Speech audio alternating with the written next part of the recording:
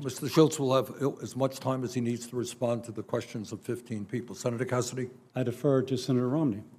Thank you, Mr. Chairman and Ranking Member Cassidy. I recognize at the outset there's some irony to a non-coffee drinking Mormon conservative defending a Democrat candidate for president in perhaps one of the most liberal companies in America.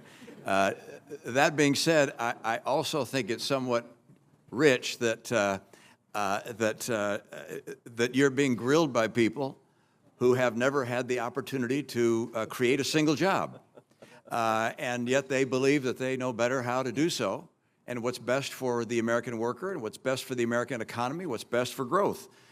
I also think it's rich to not recognize the extraordinary conflict of interest we have, which is our Democrat colleagues overwhelmingly get their campaign funds from unions, and therefore would like to find every possible way to extend unions, even if an enterprise feels that it's in their best interest to pursue a different course. Now, I know that there are a number of reasons why you might wish not to have union organization in your various enterprises. At the same time, I agree with Senator Cassidy and with your own comments, Mr. Schultz, which is that people have a legal right to form a union. There are some employers that are not good employers, and a union is necessary to protect the rights of those individuals, and that if any enterprise, including yours, has broken the law, that it should be held accountable for having done so. At the same time, there are legitimate reasons why an enterprise might choose not to become unionized. I first would note that within your company, there are probably some stores that are union, some that are non-union. Do the non-union store employees get paid less than the union store employees? The starting wage has been the same. The only difference is the benefits that we created in May. And my understanding under the law is that we were not allowed to provide those benefits to people who are organizing to join a union. And so, in fact, the non-union stores are actually a little better total package than the union stores. Let me ask another question, or just make another point, and that is, I would understand why you would not want to have an adversarial relationship between the store manager and the employees that work there. I'd also understand that sometimes in some union enterprises, there are work rules that prevent someone from going from let's say, a barista to becoming a manager. And you've indicated that, if you will, career opportunities for people are enhanced when they're able to move from position to position and become a manager. Is that a concern of yours? No, I mean, can I tell one story? Please. If I can? And it happens to be in the state of Vermont. And I think this is indicative of the situation that we are currently experiencing.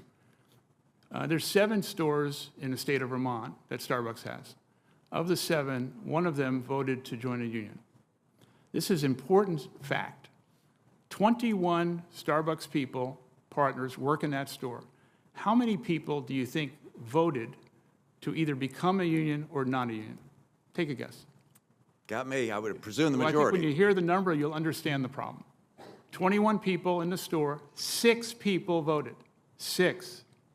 4 voted to become a union, and 2 voted for not. Now, I'm not saying why the other people didn't vote. That's up to the committee to decide. But you can imagine there's issues going on in a store like that where people work close together and influence people to do one thing versus the other. But here's the problem. Since 6 people voted to the union, of the 7 stores in Vermont, this particular store has twice the level of attrition, and the majority of the people have left the store. And the tension that exists in any store that Starbucks has, since it's individual stores voting, in a small group of people, there is lots of issues that we are dealing with, and overall, in the stores that have voted for union, about 300 are twice the level of attrition that we currently have in the 99% of stores that have not voted for union. But the Vermont thing is not a proxy. The Vermont thing is exactly what's going on around the country. Thank you. I appreciate that perspective, and would just turn to one other point, which is we talk about corporate greed all the time as if it's something brand new. Of course, profit incentive and greed has been there from the beginning of humankind. But there's also union greed. Greed exists throughout our society through various enterprises. But let me ask, your company's highly profitable. It was profitable, I presume, very early on, became profitable as time went on. Where does all that profit go? Does it go to all pay you and the senior executives? Where does the profit go of an enterprise?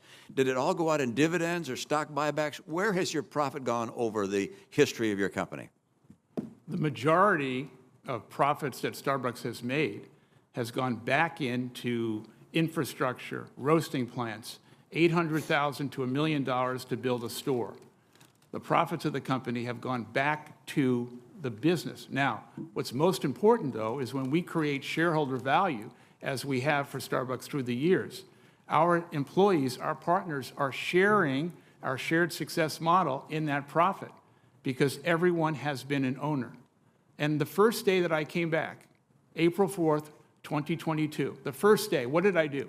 The one thing that would get shareholders across the country who own Starbucks stock angry with Howard Schultz, and that is I stopped our buyback program on the first day. Our stock went down. I was not concerned about that, and I took that money and I invested it right back into our people, which resulted in higher wages 1 month after I came back. Now, that is the only evidence I have, which is the fact that my operating style, which has been 40 years, Thank you, sir. is to build a company that balances profitability with a level of shared success for our people. And we have the evidence to prove it, sir. Senator Murray. Thank you. Thank you, Mr. Schultz, for coming before the committee. I appreciate it. I've listened carefully, and throughout your testimony, you've made it very clear that Starbucks